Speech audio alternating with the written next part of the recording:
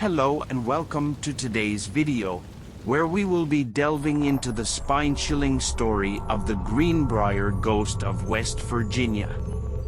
This story is one that has been passed down from generation to generation and has become one of the most infamous ghost stories in American history.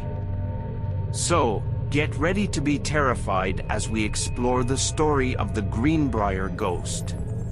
Before we start, if you like spooky content, please subscribe to the channel and hit the bell icon. We post daily content to satisfy your spooky cravings.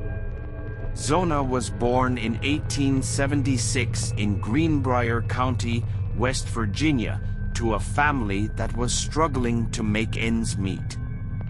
Her parents were both farmers, and they had several children to care for, so life was not easy for Zona growing up.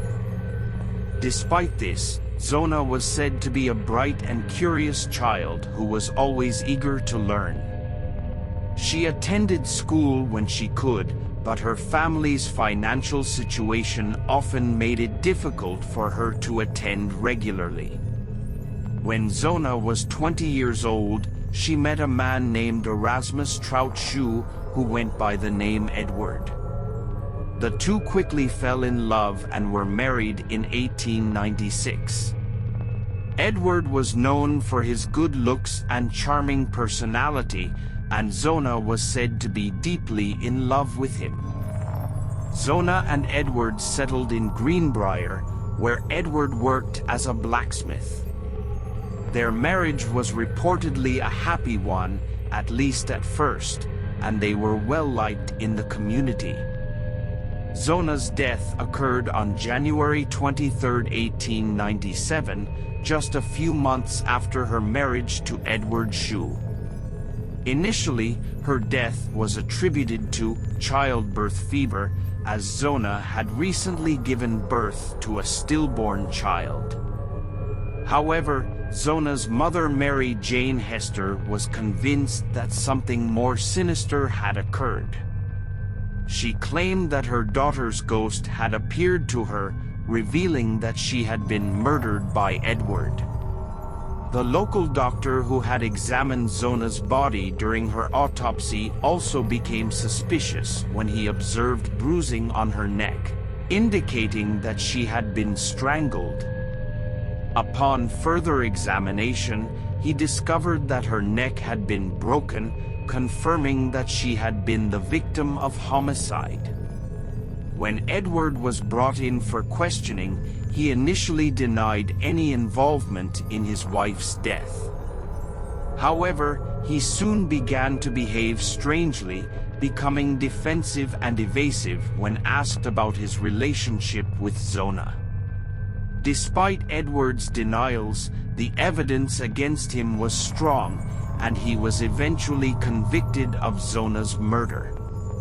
Many people believe that the fact that Zona's ghost had allegedly appeared to her mother and provided details about her death played a significant role in the conviction.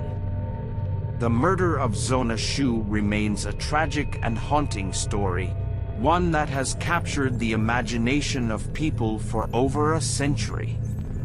It serves as a reminder that even in seemingly idyllic communities, dark secrets and terrible crimes can occur. There have been many reports of paranormal activity related to Zona Shue in the years since her death.